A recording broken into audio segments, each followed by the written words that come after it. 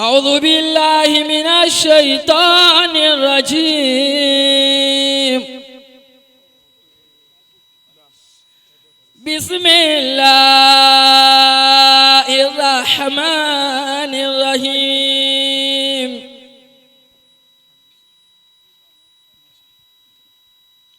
إن في خلق السماوات والأرض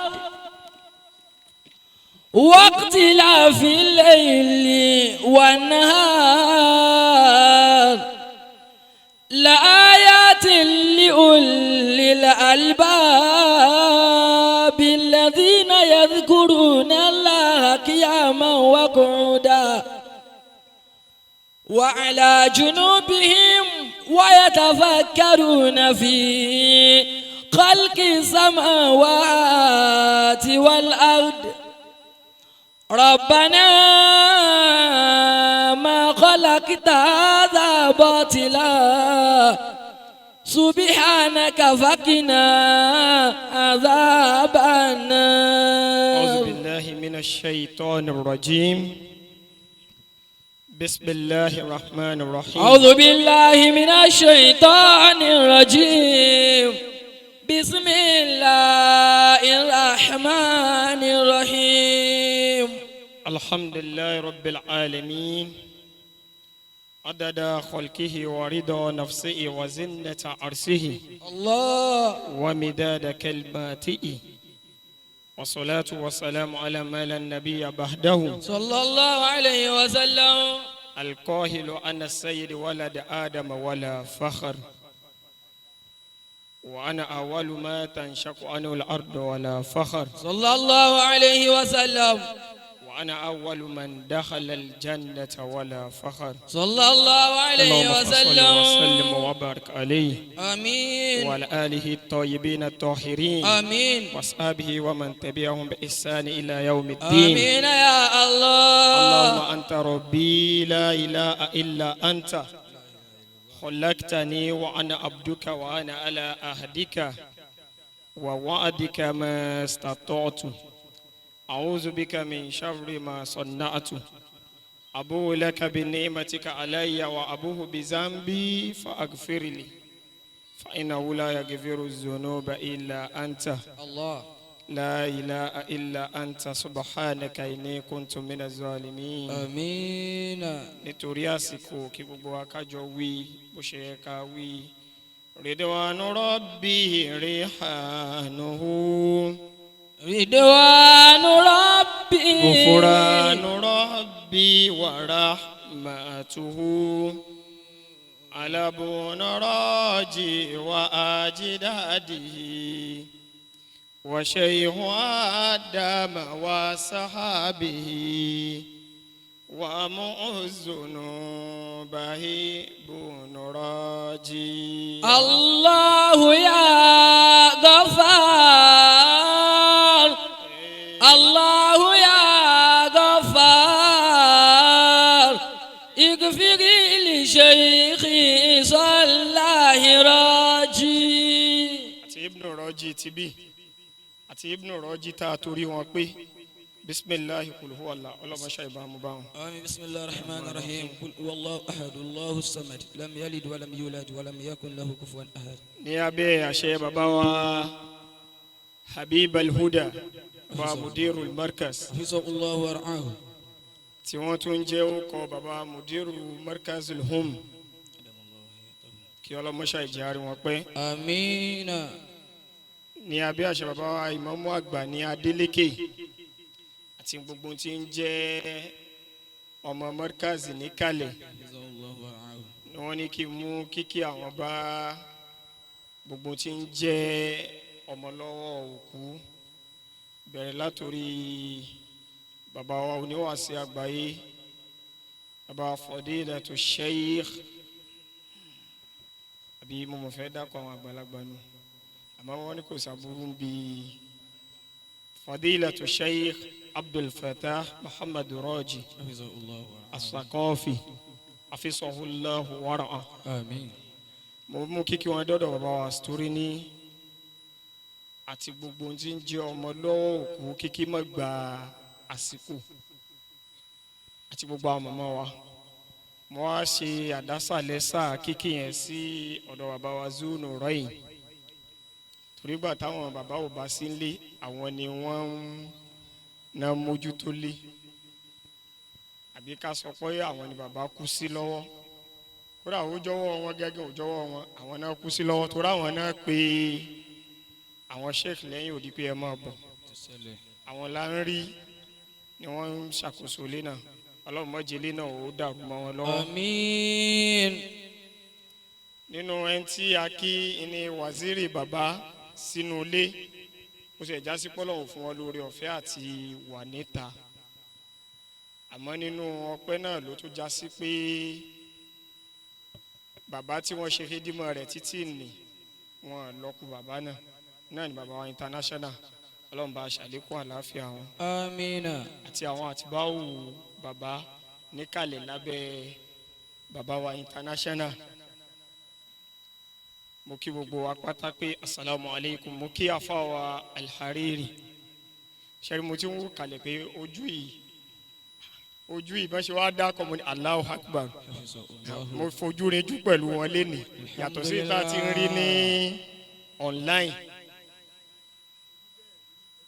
ẹ̀tọ́ bàbá ní ojú tá a rí rí àti wá rí rí alhariri ẹ̀ gbọ́dọ̀ tóbi. Allahu Akbar. nínú àwọn afa ọ̀dọ́ afa tí ẹnu kò lórí tiwọn náà pé bí èèyàn bá fẹ́ gbọ́ wáàsí gidi yàtọ̀ sí pé a máa panilẹ́rìn yàtọ̀ sí pé a máa sọ àwọn ọ̀rọ̀ fasadi lẹ́nu wáàsí tó wúlò tí ò ní bú ẹnì kankan tẹ́sí sàǹfààní bẹ̀ gbogbo ayé ló máàkì yín bẹ̀ náà múrì máàkì yẹn wá kì í ṣe pé tá a fi rójú yín àkókò ríra rí kì í ṣe pé bóyá kẹ́ ẹ lè yìn wá ọlọ́run ló tún mọ̀ gbà tá a ríra ọlọ́run má tó kà tó rí. amina. mo kí bàbá wa pa bàbá wa Imam fún tilé tó kú ẹdẹ mo sì kí bàbá wa ajánásì sí kalẹ̀ torí láti jẹjọ àbí láti jẹfà ẹsẹ̀ wọn ò dá ní ààyè yìí àti bàbá wa Mudir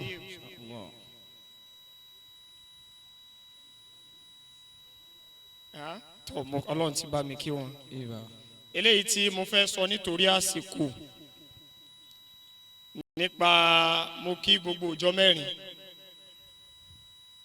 tí a wà ní abẹ́ ìṣàkóso bàbá mọ́sálásí wa lọ́lọ́sùn mọ́sálásí wa ní ọlọ́ngbẹ́bẹ̀ alukagun mọ́sálásí baba ńlá àti mọ́sálásí lakonu bàbá wa jánásí àgbà ní jẹ́ third citizen ọlọ́run mọ́ṣá ìjẹ́ mi bàbá náà ogun. amina ya Allah. bàbá jánásí dààmú púpọ̀ tẹ́ bá wá ti gbogbo ọ̀rọ̀ sọ́dọ̀ bàbá jánásí pé bàbá wa dá gbogbo ọlá ní padà sọ́dọ̀ bàbá wa níbí wọn ní wò pé tá a bá mú mọ́mú tá a mú bàbá wa grand mufti èmi ló kàn ló fi já sí pé kó lè mi ọmọ èkéyìí tí mo jẹ mọ́mú ó fa 12 years ago kò sí pàdé kan tá a ṣe nínú ìjọ bàbá ọ̀dọ̀ bàbá ni ẹ mọ́ rìnṣó àṣẹ níbòmíì rí ń já sí pé nínú ẹntáàkì lèmi náà wà ní gbogbo ọjọ́ mẹ́rin náà wà ọlọ́run tó fi ikú kí wá ṣèjọ mẹ́rin lọ́lọ́run fi bàbá mú lọ́wọ́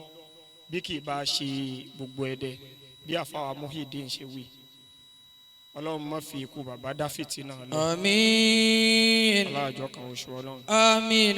ọlọ́run fún bàbá wa lẹ́mìí gígùn wọ́n sì ló lérí dáadáa bàbá wa tí wọ́n ṣe wá sí níjẹ̀rin èmi náà wà ń kalẹ̀ níjẹ̀rin yẹn bàbá wa àndákì wọ́n ròyìn bàbá wọ́n sì sọ ní tí ń bẹ lórí gógún ẹ̀mí ẹlòmíì ó máa wá sí wáàsí náà gbọ́ ẹ̀rí pé tá a bá wo bí tán sọ̀rọ̀ lọ ni pé tí ẹ̀mí bá gùn jù yóò ó lè máa jẹ́ aburú nígbà míì àmọ́ ṣé wáàsí wọn ńlá káyè ni wọ́n bá wí àwọn ńlá káyè tí wọ́n sì ṣe wáàsí ti mú un bẹ̀ ẹ̀rọ anábọ̀ Muhammad sallallahu alayhi wa sallam ó jẹ́ ayé a pé kò sí bẹ́ẹ̀ mi ṣe lè gùn tó yóò máa já oore níbìkan yóò sì máa jẹ́ aburú níbìkan lànàbí wọn bí ànábì pé sallallahu alayhi wa sallam hayyun nas khayrun ta lẹni tí fi lóore nínú èèyàn ànábì ni man talla umruhu wa hasuna amaluhu òun náà lẹni ẹ̀dá náà tí ẹ̀mí rẹ̀ gùn tíṣẹ́ rẹ̀ wá dá. sallallahu alayhi wa sallam.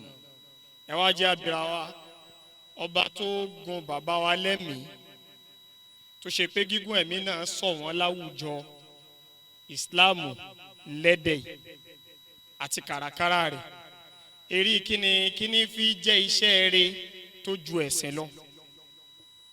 tabalẹ́mi bàbá wa gùn ànábì ní náà lẹ́ni tẹ́mi ẹ̀ gùn àmọ́ tó gùn lérí iṣẹ́ dáadáa. níbòmí láǹfààní tí ń bẹ ń bi kẹ́mi ó gùn lọ́dọ̀ mùmíní lànàbì ń sọ pé ẹ má fọkàn ro kíkú ó pa yín o ẹ sì má tọrọ kíkú ó wá láì ṣe pé ó bá wá fúnra rẹ̀. nígbà àwọn ọmọ wa kan ń sọ níjẹta ó ní ta bá lọ kí bàbá gẹ́ tí ń tọrọ kú tipẹ́ mo ní bàbá ò tọrọ kú tipẹ́ bàbá máa ń tọrọ tẹ bá ṣàdúrà ẹ̀mí gígùn bàbá ò ní àtúbọ̀tán dáadáa ní kẹ́ ẹ tọrọ fún mi kì í ṣe pé wọ́n ń tọrọ kú àtúbọ̀tán rí ẹni kí irú ẹ̀ ni wá sí tí bàbá ṣe pé tẹ́mi bá gùn jù ìyẹn tó gbọ́dọ̀ máa tọrọ tí bàbá ń tọrọ kí ṣàìtọ́ni ó máa gba iwájú mẹ́ńtọ̀n lọ. nínú àdìs ànábì àmọ́mọ́ tó jí oyé wa pé tẹ́mi bá gùn báyìí ànábì wa sọ́nù àdìs tí mo kà lọ ó ní torí pé la yazidul mu'min umuruhu illa khayran torí pé mi mùmíní tó gùn kò ní lékún ní nkẹ́kẹ́ àfoore torí bẹ́ẹ̀ mi rẹ̀ ṣe ń gùn náà ni iṣẹ́ olóore rẹ̀ ó mọ̀ ọ́ bọ̀ sí. nínú àdìs mi tí ìmáàmù Muslim gbà wá bákan náà Tirmidhi àtàwọn míì lọ́dọ̀ Abi Hurairah radiyallahu anhu. wọ́n lé Ànábì sallallahu alayhi wa sallam sọ pé àbí kí n tó má dìísì ní wá nínú habaru àwọn àdìsí míì tí wọ́n gbà wá wọ́n ní àwọn ṣẹ̀yídì méjì kan kú sójú ogun àwọn sàábì Ànábì àwọn mẹ́ta ni wọ́n lọ ogun tí wọ́n jagun yẹn tí wọ́n close àwọn méjì wá kú sógun ẹnìkan wá Ọlọ́run fún ẹnìkan lóore ọ̀fẹ́ àti lò bí oṣù 6 lẹ́yìn ẹni tàkọ́kọ́ wọ́n wá lọ rèé bá Ànábì sallallahu alaihi wasallam sàbí kan wá lálàárí àwọn méjèèjì pé àwọn mẹ́tẹ̀ẹ̀ta ẹni tàkọ́kọ́ ẹni kẹta yẹn wá kú Ọlọ́run ní kí Ramadana mi ò bá láyé wọ́n wá lálàárí àwọn mẹ́tẹ̀ẹ̀ta pé ẹni tó kú gbẹ̀yìn tó kú jẹ́jẹ́ sínú ilé rẹ̀ ó tún wọ àlìjẹ́nà ṣáájú àwọn méjì tí ṣáájú wọ́n wá ń bi Ànábì pé bò ló ṣe jẹ́ ebíṣẹ́ yìí dí làwọn eléyìí Ànábì wa ń sọ fún wọn pé ẹni tó kú yìí ó ti witness Ramadana ó ti witness àìmọye jumọ́ ó ti kí ọ̀pọ̀lọpọ̀ ọ̀run ó ti gba ọ̀pọ̀lọpọ̀ àwẹ̀ tí fi ń lé ládàá rẹ̀ iná ló lé bá kó ṣáájú àwọn tí ń wà àlìjẹ́nà. èyí ò ní ó máa tọ́ka sáàdìs Ànábì mi tó ní aljumu'atu illa aljumu'ati as-salawatul khams waljumu'atu illa aljumu'ati wa ramadanu illa ramadana. Ànábì ní yukaffiratul ma baynahunna jimá kasima jimá kejì ramadana mi sí ramadana mi ìrun wákàtí kan zuri sí asiri Ànábì ní gbogbo ẹ̀ yóò bẹ́ẹ̀ tí ń ṣe nì yóò máa pa ẹ̀ṣẹ̀ kan sí kejì kó tó di kejì rẹ̀ tẹ́ bá kí jimá lẹ́nì ó ti pa ẹ̀ṣẹ̀ tí tẹ̀sẹ̀ lọ́sẹ̀ rẹ̀ nù bẹ́ẹ̀ náà ni ramadana bẹ́ẹ̀ náà ni gbogbo ẹ̀ Ànábì ní isajtanaba minal kaba'ir lódùn ọba àgbà tẹ́ni wọn bá ti jẹ́ dòónú àwọn ẹ̀ṣẹ̀ ńláńlá bí kò ṣe bọ́ bí kò ṣe ṣìnà bàbá wa wá gùn lẹ́mìí lérí Islam àtá débi pé kò sí ní ti ń jẹ́ oore tá Ànábì sọ ju ẹ̀sìn lọ mọ́sáàsì wa lọ́lọ́sùn àwọn ìmáàmù láti 29 years ago ni wọ́n ti gba dáwùlà ìmáàmù náà lọ́wọ́ bàbá wa àgbà ní Markaz rahimahullah ní 1996 wọ́n ti wá ń jẹ́ ìmáàmù tó jù yóò ní lọ ìmáàmù Ansarul Islam láì mọ iye ọdún tèmi ò lè sọ tó ń túmọ̀ sí pé aṣáájú ẹ̀sìn ni wọ́n orí dáadáa lẹ̀mí tí wọ́n gùn lé ẹ̀mí wọn máa já burú tó bá jọ́dọ̀ kèfèrí ni ó ti gùn torí yóò máa jídò nínú aburú náà lọ bẹ́ẹ̀ náà là ń padà sí dáadáa ọlọ́run tún lè lọ lára pé bóyá kádàrá rẹ̀ àgbáwájú tó náà ọlọ́run ṣàì bá ṣàlékún kẹ́ bàbá wa náà amina ọlọ́run bá ṣàlékún gẹ̀ wọn amin ọlọ́run kó bá ṣe ìrọ́pò wọn nínú ìlú ní ti dáadáa Allahumma amin àgbà tó bá ti di pé gbogbo èèyàn ti gbà pé tọ̀ ẹ kó ọ̀rọ̀ lọ wájú bàbá kódà ńgbà táwọn bàbá wa mọ́gàjì oyèéfì tìjẹta ń bẹ láyé bàbá wa Haruna Ọlápàdé tí wọ́n bá fẹ́ yanjú ọ̀rọ̀ tó tóbi wọ́n ní ẹ bá ránṣẹ́ sí bàbá ní Ọlọ́sùn mo fọkọ ọba gbé wọn wá wọn ò jọ yanjú ẹ̀ nínú pálọ̀ wọn ó sì tẹ ọ̀rọ̀ náà yóò gbà títẹ ọlọmọṣà ìbákẹ́ wọn. amina nítorí àsìkò pàápàá jùlọ torí àlejò tá a ní èyí táwọn bàbá ní ká wí ká sọ tẹ́ntì ó wúlò fún kó wá náà ní ìṣẹ́jú mélòó. alukur'ani mo kí àlàáfíà fúlù ẹ̀dẹ̀ mo kí àfa àwọn adéẹ̀yọ̀ mo kí àwọn àfa ńláńlá àlàáfíà fúlù ẹ̀dẹ̀ lè mọ́ ẹ jáde wá kí bàbá sí òsàkọ́fí kàn fọ opportunity mọ́ ẹ lónìí àfa àwọn ọmọ ọba Komarudin Adam Komarudin gbogbo ológo àlàáfíà fúlù ẹ̀dẹ̀ tẹ́ ẹ bá rí lọ́nláìn ẹ̀ tó ní lógo yẹn ni Allah ẹ̀ tí fi gbogbo ntọ́lọ̀ ń fún wá ìṣọ̀kan kó mi ó sátòrò ń lu ẹ̀dẹ̀ gbogbo owó tó yẹ ó fi jẹun ó lè fi tẹ bánà àlàáfíà fúlù ẹ̀dẹ̀ ó lè máa tọ́ gbogbo àwọn bàbá lọ ẹ bá pa àwọn ọmọ tí ń ṣe jàgídíjàgan kódà ó tún fowó tí ẹ fún ọganáìsì àdúrà nígbà táwọn kan ń jaranu pé àdúrà táwọn ṣe ló tẹ rògbòdìyàn rì mo ní àwọn kan náà ṣàdúrà nípa mọ́táyé òmù àfáyé ó wá kó ọ̀sà wá pọ̀ ní sọ ẹ̀gẹ́ mo nírú èwo tó lélẹ̀ ó ní ẹ máa bọ̀ ń sọ ẹ̀gẹ́ aníkìló ó ní ẹ̀yàn sẹ́kàn fún mi lérí kẹ́dẹ́ ó lè tòrò ó nínú òrùn láti ṣe ní sọ ẹ̀gẹ́ láì ta tẹ́ǹtì mo ní sáyé òní mọ fi àṣẹ ẹ̀yẹ báyìí ńgbà bẹ̀rẹ̀ láàrin ìṣẹ́jú mẹ́wàá ojú kọ́ńtì à ńgbà tá a fi ṣe lọ àpọ̀ láti ṣe jọ́ kẹrin jọ́ta ṣe àdúrà náà gbogbo ẹni tí ń da rògbòdìyàn rú lọ́wọ́ tẹ̀yìn so ọlọ́run bá ṣàlékún dáadáa fún wọn. èyí tá a sọ náà ni pé Sayyidatuna Aisha radiyallahu anha wọ́n ní ànábì gborílé ní ìtàn níjọ́ kan. Aisha wa ń wo irùngbọ̀n ànábì pé ó mọ̀ ti funfun báyìí gẹ́gẹ́ bí Imam Bukhari ṣe gbà wá. ìjúwe pé ikú máa ń tó ní eléyìí ànábì máa ń dàgbà náà mọ̀ rí ànábì wa sallallahu alaihi wasallam Aisha wa sọ pé ṣá ànábì ó fi wá lẹ́njọ́ kan omi ẹkún yẹn wá kán sí ànábì la sallallahu alaihi wasallam ànábì sallallahu alaihi wasallam wa dìde pé Aisha kí ni ń pa ọ́ lẹ́kún Aisha wa ṣàlàyé pé mo wò pé ọjọ́ orí rẹ̀ ti ń gòkè díẹ̀díẹ̀ ti ń gbé pẹ́ẹ́lí irùngbọ̀n ló ti funfun tán yìí àpẹẹrẹ kùnú ṣó wàá kú ànábì bá dìde ànábì ní ṣe pé màá fi ilẹ̀ ńjọ́ kan ní bà ọ́nú jẹ́ èyí tó yẹ kó bà ọ́nú jẹ́ pọ̀ jù yún lọ ju pé mi ò fi ọ́ lẹ̀ lọ Aisha ní kíni ànábì ní ẹ̀mí ìrìn àjò tẹ́mi máa ń rìn tó bá fẹ́ jáde àti tó bá jáde tán ó tó ń tọ́ yẹ kó bá mùmí nínú jẹ́ tí ó mọ̀ wá sunkún lé lórí Aisha níbi ìtìbò ànábì ní tí ikú bá fẹ́ jáde lára mùmíní kì í jáde lẹ́lẹ́ẹ̀lẹ̀ í jáde lágídí ni lásìkò tí ẹ̀mí bá fẹ́ jáde agídí ni ó fi jáde lára yóò máa wá sígbìn àtàbá wà fún òní dàkọ́ ikú àbár ó mú àwọn àpèjúwe yẹn wá tó pọ̀ yóò wá máa wá channels tó lè gbà yóò fẹ́ gba ojú òun ní àwọn iṣẹ́ rí gbà mí yóò dá ojú padà yóò fẹ́ gba ẹnu yóò fẹ́ gba gbogbo ẹ̀ yóò fẹ́ gba bí yóò padà rí bí kan gbà jáde lára ẹ̀ lágídí tó bá jáde lágídí hàn ànábì ni yóò da egbò síbi tó ti jáde sallallahu alayhi wa sallam nínú yóò di egbò àmọ́ níta ẹ̀ ní rí ẹ̀mí wo lẹ̀mí tó fẹ́ jáde ńlẹ̀ mí tà ànábì ni yóò wọnú wa lóṣù mẹ́rin nù yá wa nígbà wọn parí ìṣẹ̀dá tó mi tọ́mọ pósù mẹ́rin tó ní fáyà ń fún fíhí lọ kọ́lọ́n lọ fẹ́ ẹ̀mí sílá àṣẹ ní unaka al-farqu bayna ruhu wal qalb There is difference between heart and soul. Ìyàtọ̀ ń bẹ nínú ọkàn, ìyàtọ̀ ń bẹ nínú ẹ̀mí. Ẹ̀mí àṣẹ Ọlọ́run. Tó bá jáde Ànábì ní kò ní lọ. Yóò wá dúró yóò máa wo kéèjì rẹ̀ ńlẹ̀. Bóyá òun lè rọ opportunity àtún ti padà sí.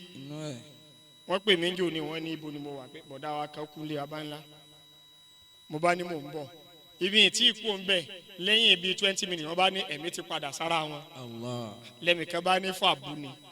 Mọ̀ pé ń fàbú àdìsá Ànábì náà ẹ̀mí yẹn ò ní gbà.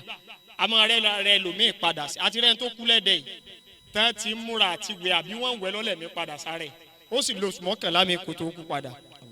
Yóò máa wá wò bóyá òun lè padà sínú kéèjì òun lẹ̀ẹ́lẹ̀ torí kéèjì là ń tó ṣe yìí àtàsọ tó bo kéèjì gbogbo wa kéèjì ni àkàfà fi ní yakhadimal jismi kam tasqa li khidmati. Ya khadimal jismi kam tasqa li khidmati.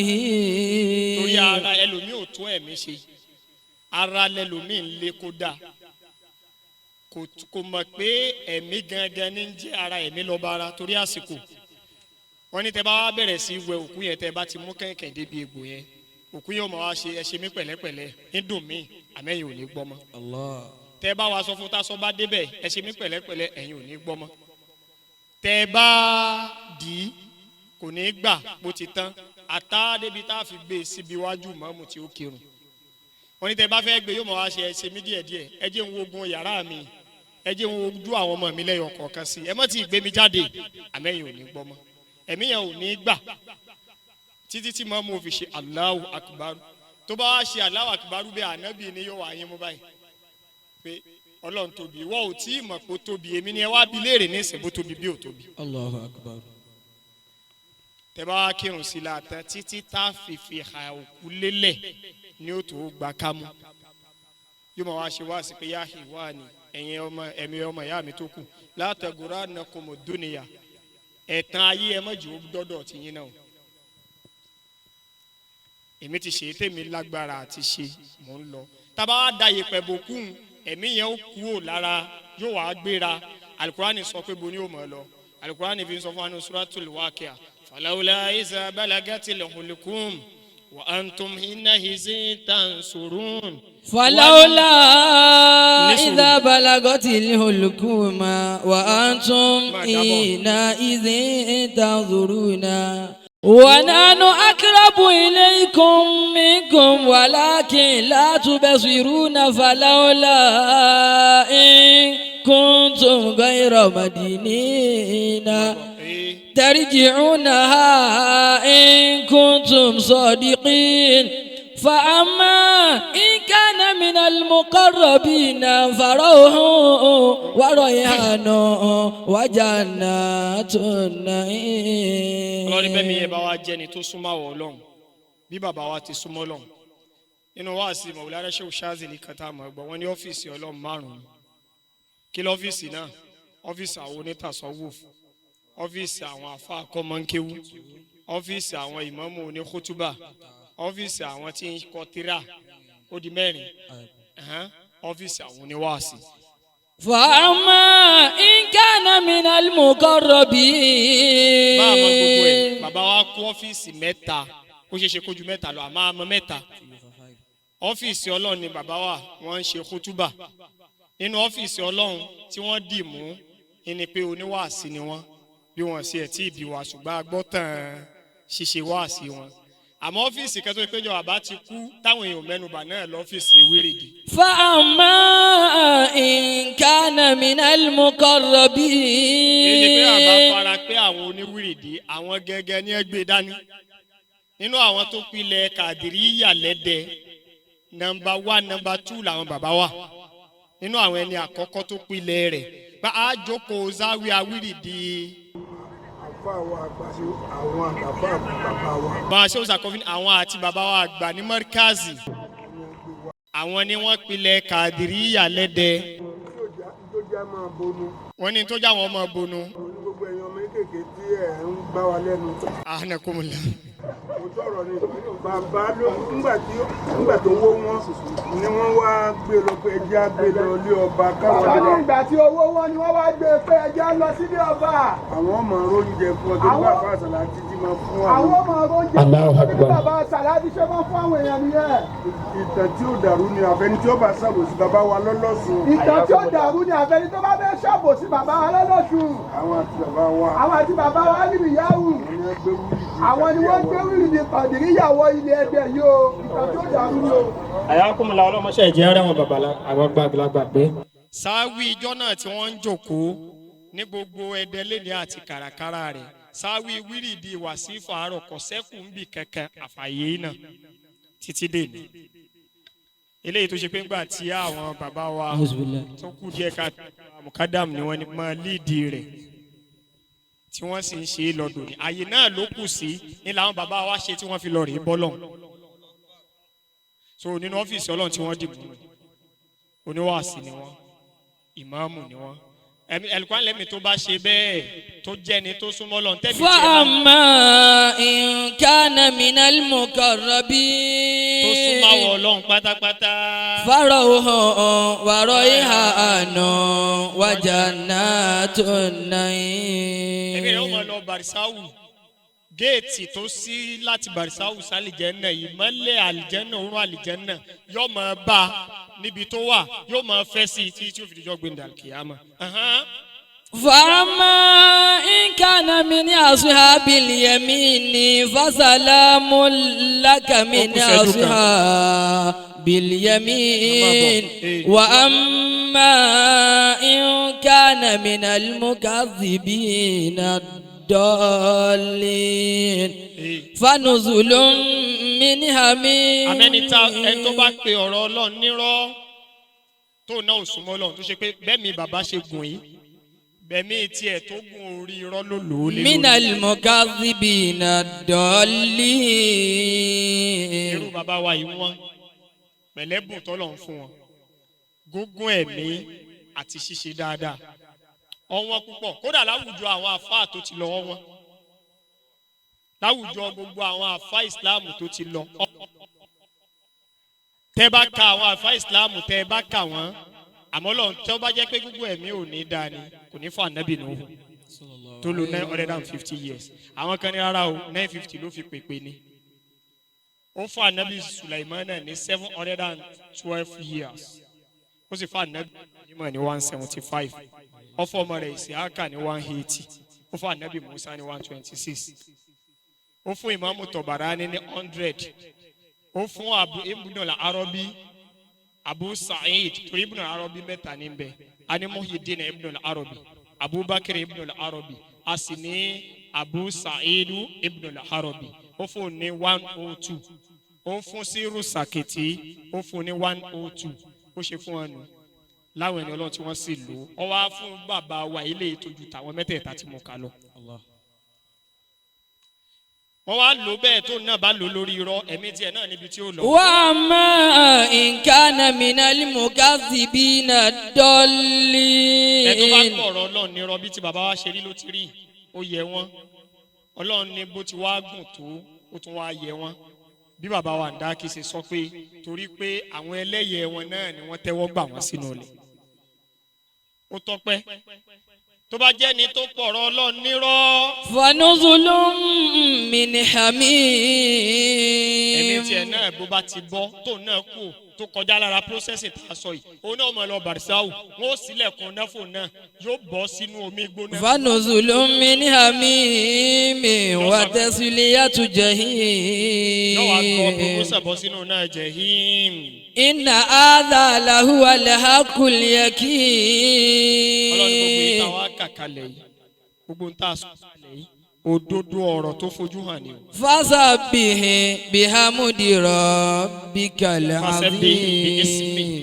fasabbih bismi rabbikal azim. kó tó dijọ́ ṣẹlẹ̀ kíkó wa náà ó máa sọ Ọlọ́run ọba kó máa ṣàfọmọ́ Ọlọ́run ọba àlékèọlá subhana rabbika rabbil izzati amma yasifun. wa salamu alal mursalin walhamdulillahi rabbil alamin. ẹ jẹ́ pariwo Ọlọ́run ká ní Allahu akbar. ẹ jẹ́ gbólóhùn ní dáadáa ká ní Allahu akbar kabira.